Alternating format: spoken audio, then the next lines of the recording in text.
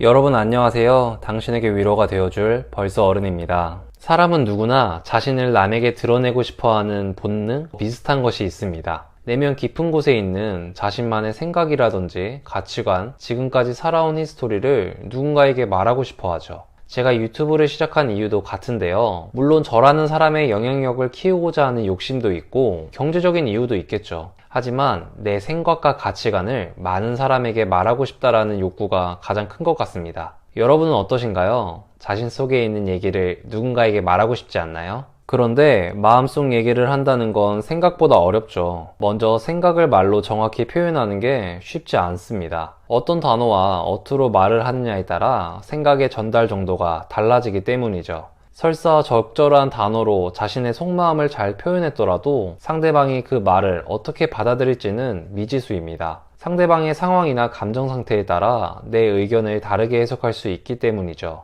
친구에게 고민을 털어놓고 싶은데 이런 고민거리가 있다고 하면 친구가 날 어떻게 생각할까? 이상하게 생각하진 않을까? 걱정했었던 경험. 큰 결심을 하고 고민을 털어놓으려고 하는데 막상 이 생각이나 감정을 어떻게 표현해야 할지 몰라 답답했던 적이 있지 않으신가요?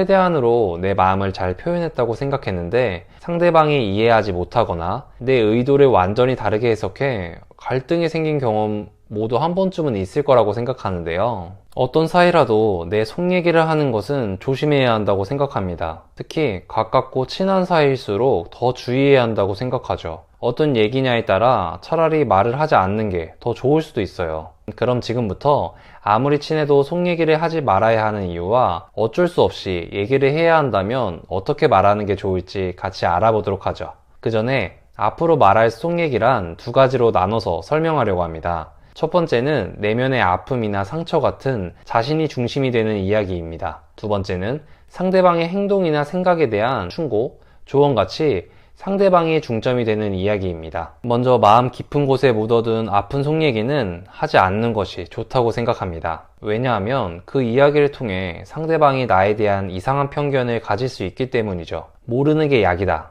이런 옛말도 있잖아요. 자신의 아픈 속 얘기를 한다는 건 상대방에게 괜한 오해를 불러일으키기 쉽다고 생각합니다. 그건 진짜 친한 사이가 아니어서 그렇다라고 방문하시는 분도 있을 것 같아요. 사람은 누구나 자신의 아픔을 공감받고 위로받고 싶어 한다고 말하는 분들도 있겠죠. 맞습니다. 정말 각별하고 친한 관계인 사람에게 속 얘기를 했을 때 상대방이 위로해 줄 수는 있겠죠. 하지만 그건 득보다는 실이 훨씬 큽니다. 위로를 받는 그 순간은 좋을 수 있습니다. 그러나 결국 내면의 아픔은 스스로 해결하지 않는 이상은 완전히 좋아질 수는 없습니다. 더욱이 아무리 친한 사이라도 작은 선입견을 만들 수 있기에 속 얘기를 하지 않는 것이 좋다고 생각합니다. 다음으로 상대방의 어떤 행동이나 특정한 생각에 대해서 내 속 얘기를 솔직하게 하는 건 어떨까요? 간단히 말해 그 상대방을 위한 충고나 조언이 되겠죠? 이건 정말로 두말할 것도 없이 전혀 쓸모없습니다. 저는 개인적으로 세상에서 제일 필요 없는 것 중 하나가 충고라고 생각하는데요. 지금 얘기하는 충고, 조언은 말하는 입장에서의 충고를 뜻합니다. 그럼 왜 충고는 쓸모가 없을까요? 보통 충고는 자신의 기준으로 판단해서 말을 하잖아요.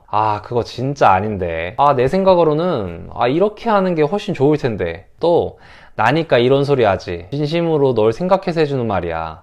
이런 식으로 상대방을 위한 말이라는 걸 강조합니다. 사실 충고를 해주는 대부분의 사람은 정말 선의로 상대방이 잘 됐으면 하는 마음으로 속 얘기를 하겠죠. 하지만 그건 어디까지나 본인의 생각일 뿐입니다. 상대방이 원하지 않는 충고란 그저 잔소리죠. 그 충고를 듣는다고 상대방의 행동이나 생각이 진짜 바뀔까요? 99%는 바뀌지 않는다고 확신합니다. 왜냐하면 상대방의 생각이나 행동은 그의 입장에서 봤을 때 올바른 것이기 때문이죠. 아무리 친한 사이라도 그 사람의 모든 것을 알 수는 없습니다. 내가 온전히 상대방의 입장이 될 수는 없다는 소리겠죠. 그런 상황에서 함부로 충고를 한다? 단연코 도움이 될 수 없다고 생각합니다. 아무리 친하고 각별한 사이라도 상대방이 원하는 경우가 아니라면 그 어떤 충고도 함부로 하지 마세요. 다음으로 내 속 얘기를 언제 하면 좋을까요? 그건 진심으로 상대방이 조언을 구할 때라고 생각하는데요. 근데 이게 진짜 어려운 것 같습니다. 상대방의 상황이나 심리 상태를 정확히 알 수 없는 상황에서 정말 도움이 될 만한 조언을 할 수 있을지가 의문입니다. 그럼에도 상대방이 원하고 있다면 일단은 조언을 해주는 게 맞겠죠. 그럼 어떤 방식으로 조언을 하는 것이 가장 좋을까요? 먼저 충분히 상대방의 생각을 듣는 것이 중요하다고 생각합니다. 그 다음으로 저는 충고를 할 때 감정적인 부분은 제외하고 방법적인 부분만을 말해주는 것이 좋다고 생각해요. 감정적인 부분은 그저 상대방의 얘기를 들어주고 그가 생각하는 방향을 지지하는 것이 최고의 방법이지 않을까 생각합니다. 왜냐하면 감정은 옳고 그름을 구분하는 것이 정말 어렵기 때문이죠. 대신 방법적인 부분은 그래도 어느 정도 정답이 있다고 생각합니다. 본인이 실제로 경험이 있다면 더없이 좋겠죠. 다만 조언을 할 때는 상대방의 상황에서는 다를 수 있음을 말해주는 것이 최선이라고 생각합니다. 지금까지 아무리 친한 사이라도 속 얘기를 하지 말아야 하는 이유와 어쩔 수 없이 속 얘기를 할 때의 상황에 대해서 함께 말해봤는데요. 길게 이야기했지만 핵심은 단순한 것 같습니다. 내 내면의 아픔이나 상처에 대한 속 얘기는 되도록이면 하지 말자. 상대방을 위한 충고와 같은 속 얘기는 정말로 무조건 하지 말자. 그냥 너무 하고 싶더라도 입을 막아버리자. 이것이 나와 상대방 모두를 위한 길이라고 생각합니다.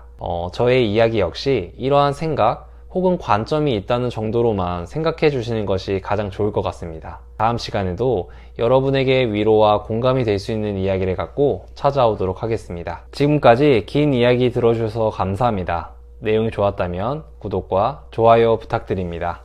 오늘도 즐거운 하루 보내세요. 감사합니다. I know you told your friend you're not okay. And tell me what's wrong and why you never said you felt that way.